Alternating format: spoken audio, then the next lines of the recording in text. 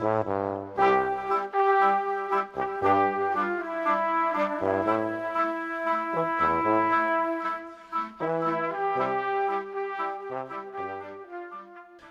through the village of Johnson, Vermont, you might not notice the presence of the Vermont Studio Center. To locate the center's buildings, just look for the signs. 32 buildings in Johnson are marked as belonging to the nonprofit organization. Founded in 1984 by artists, for artists and writers, VSC has grown to become the largest international artist and writers residency program in the country. They host about 700 people from all over the globe each year. It all began with the simple idea of living in Vermont and being with creative people in an intentional community. You know, we came in that large group of people who came in the 60s and 70s and loved Vermont, did not want to leave, and many people did leave or move to cities, and we just wanted to stay here and make it I guess world conscious and New York conscious, and really we wanted to study from good people. Yes. And wanted to share that. As a general rule, utopian communities tend to fall apart after a few years, but VSC has succeeded due to a combination of disciplined hard work, inspired leadership, financial savvy, and the spiritual dedication on the part of the 25 extraordinary people who work here year-round. You do your spiritual practice every day, meditation, service, whatever that is, and you do your studio practice every day, painting, writing, installation work, whatever that is, and they don't have to necessarily have a linear, articulated connection. It's like bike riding every day. I mean, any discipline you do reinforces any other discipline. And if behind or supporting the various disciplines, there is an awareness of the wisdom teachings that have evolved on this planet over thousands of years, because people aren't that different. It just keeps everything spiraling to a clearer, saner place. And that's all we're really doing. I mean, this place could be for filmmakers, it could be for environmentalists, it could be for geologists, it could probably even be for bankers. But it could be for gardeners. Yeah. You just take a group of people with a common interest, an intense commitment to practice that common interest. You bring them together in a nice place, feed them well, house them well, stay out of their way, and encourage them to interact with each other in as kind and tolerant a way as possible. I'm very optimistic about humans. I think partially because I've lived my life for the last 30 years with so many nice ones. I mean, we have 70 people here every month who are extremely happy. Yeah. Because they're doing exactly what they want to do. They're in their studios all day.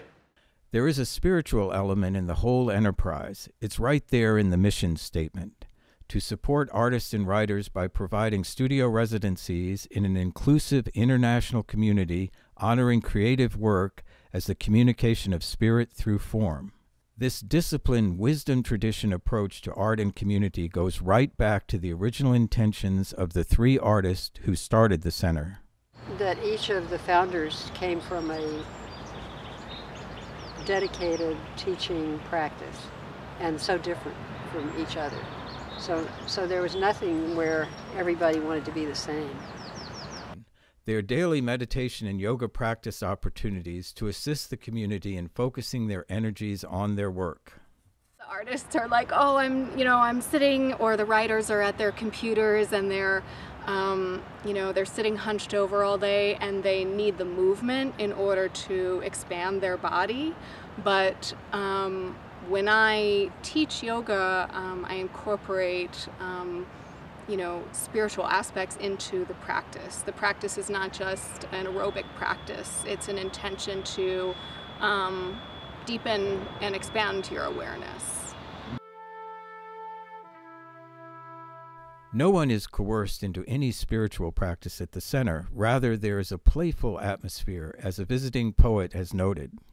I actually think that the sense of play is really a wonderful thing about being here. And I think that relates to the question of spirituality and the way that VSC has a kind of playful spirituality rather than a, frightening or, grave spirituality to it. But I think that, all the spirituality, the kind of politics of the place, the aesthetics of the place are really framed by a sense of play that makes all kinds of things possible. It's magic. People ask me from time to time what's the best part of going to the Vermont Studio Center in Vermont Week, and often I say it's my experience with the writers, because candidly I'm not around writers. I'm around architects, artists, whatever, but I'm not around writers very much, nor do my wife and I go to readings very often, periodically, but not often. So,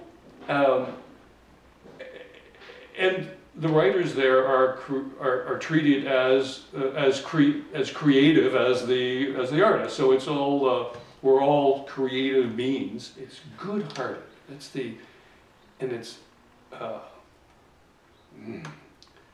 I don't say spiritual in any religious way whatsoever, but there's a goodness and a warmth and a supportive nature about it that is magic. Of the center's $2.5 million annual budget, more than half is given away in the form of fellowships for artists and writers. So we're giving away about $1.5 million a year in fellowships right now. And we get about 3,000 applications, but 95% of those are people who need a full fellowship in order to come. So the board's in the planning stages now of a $25 million endowment campaign, and about half of that will just be an endowment for more fellowships. So we'd like to double we measure our success, it's an odd business model in the sense that we measure our success in terms of how much money we give away. Can it all be this simple? Yes, it can. It's all come together in Johnson because of the hard work and clear vision of artists helping fellow artists and writers achieve their goals in a supportive, creative community. This sense of community is the real product of VSC, not the individual artworks and writings produced there. There's an old Chinese proverb that goes, "Better to be kind at home than burn incense far away." The peaceful spirituality manifested at VSC is simply the practice of kindness here at home, and thousands of people come from far away to find world enough and time for their art in Johnson, Vermont.